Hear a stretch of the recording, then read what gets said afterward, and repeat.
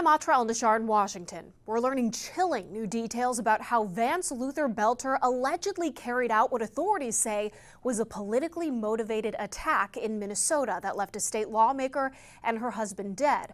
Another lawmaker and his wife were shot and are recovering. Federal officials now reveal Belter allegedly stopped at the home of two additional lawmakers. Vance Luther Belter making his first appearance in federal court Monday, less than 24 hours after his capture ended the largest manhunt in Minnesota history. Suspected of carrying out what authorities call a politically motivated, murderous rampage. Belter stalked his victims like prey. Federal investigators say Belter first went to State Senator John Hoffman's home in the Minneapolis suburb of Champlin, pretending to be a police officer. He allegedly shot Hoffman and his wife repeatedly. Both are expected to survive.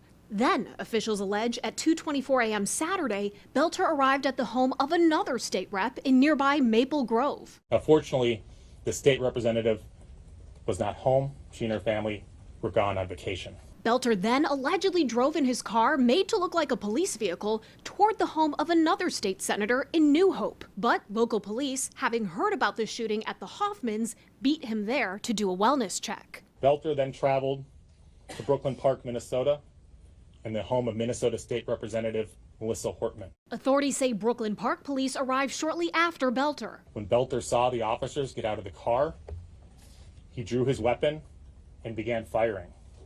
He rushed into the house through the front door, firing into it. And when he entered, he murdered Representative Hortman and her husband, Mark.